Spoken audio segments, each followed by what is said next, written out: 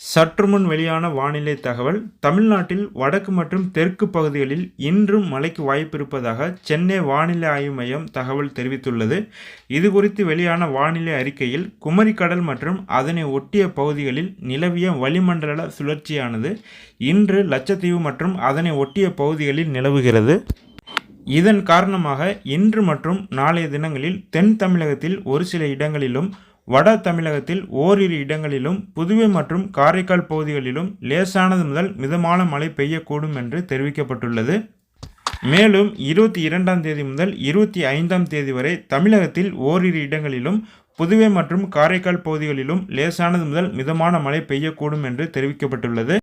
சென்னையை பொறுத்தவரை அடுத்த 24 மணி நேரத்திற்கு வானம் ஓரளவு மேகமூட்டத்துடன் காணப்படும் என்றும், நகரின் ஒரு சில பகுதிகளில் லேசானது முதல் மிதமான மழை பெய்யக்கூடும் என்று வானிலை ஆய்வு மையம் தகவல் தெரிவித்துள்ளது.